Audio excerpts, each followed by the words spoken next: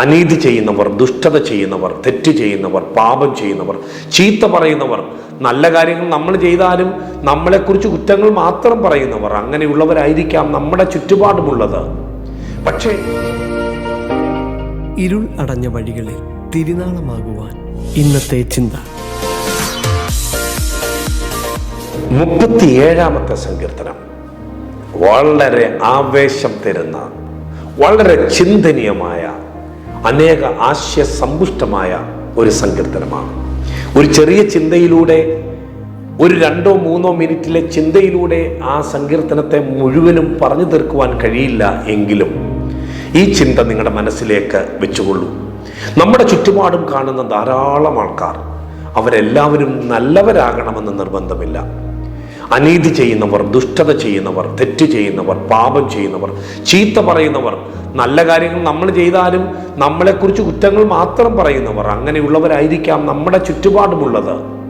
പക്ഷേ ഇതെല്ലാം നമ്മൾ കാണുകയും കേൾക്കുകയും നമ്മളോട് തെറ്റുകൾ ചെയ്യുകയും നമ്മളെ പ്രകോപിപ്പിക്കുകയും ഒക്കെ ചെയ്യുമ്പോഴും ദൈവജനം വായിക്കുന്ന, ദൈവജനം പഠിക്കുന്ന, ദൈവമായിട്ടുള്ള ബന്ധത്തിൽ നിൽക്കുന്ന നമ്മളോട് ദൈവത്തിന് പറയാനുള്ളത്, അതിൻ്റെ നടുവിലും നമ്മൾ നന്മ ചെയ്യുക. നമ്മൾ ആ ദുഷ്പ്രവർത്തിക്കാരൻ നിമിത്തം നമ്മൾ മുഷിയേണ്ട കാര്യമൊന്നുമില്ല. അവർ നീതികേട് ചെയ്യുന്നവരോട് നമ്മൾ അസൂയപ്പെടുകയും ചെയ്യേണ്ട കാര്യമില്ല. മറിച്ച് ഒരു കാര്യം തിരിച്ചറിഞ്ഞുകൊള്ളണം, അങ്ങനെ ചെയ്യുന്നവർക്കൊന്നും നിലനിൽപ്പില്ല എന്ന്. ഒരു പുല്ല് പെട്ടെന്ന് പോകുന്നത് പോലെ, വാടിക്കരിഞ്ഞു പോകുന്നത് പോലെ അവരെല്ലാം ഇല്ലാതെയായി പോകും. എന്നാൽ അപ്പോഴും നമുക്ക് പറയുവാൻ കഴിയണം, ഞാൻ നന്മ ചെയ്യും, ഞാൻ നന്മ ചെയ്യും.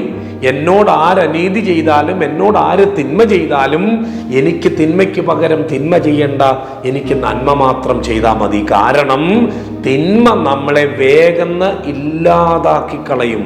ദുഷ്ടതകൾ, തെറ്റുകൾ, പാപങ്ങൾ നമ്മളെ നശിപ്പിച്ചു കളയും. എന്നാൽ ദൈവത്തിനൊരു മനുഷ്യന്റെ വഴിയിൽ പ്രസാദം തോന്നിയാൽ ദൈവം അവൻ്റെ ഗമനത്തെ മുഴുവനും സ്ഥിരമാക്കും.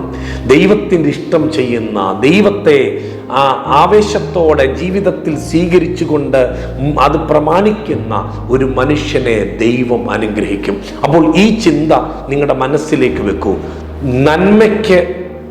തിന്മയ്ക്ക് പകരം നന്മ ചെയ്യാൻ, തിന്മയ്ക്ക് പകരം തിന്മയല്ല, തിന്മയ്ക്ക് പകരം നന്മ ചെയ്യാൻ. മറ്റുള്ളവരോട് നമ്മൾ അവരെ അസൂയയോടെ കാണാതെ നന്മ ചെയ്ത് ജീവിപ്പാൻ ദൈവം നിങ്ങളെ സഹായിക്കട്ടെ. അതിനുള്ള ഒരു ആഗ്രഹമാണ് നമുക്കുണ്ടാകേണ്ടുന്നത്. നിങ്ങളുടെ എല്ലാ വഴികളിലും ദൈവത്തിന് പ്രസാദമുണ്ടാകട്ടെ.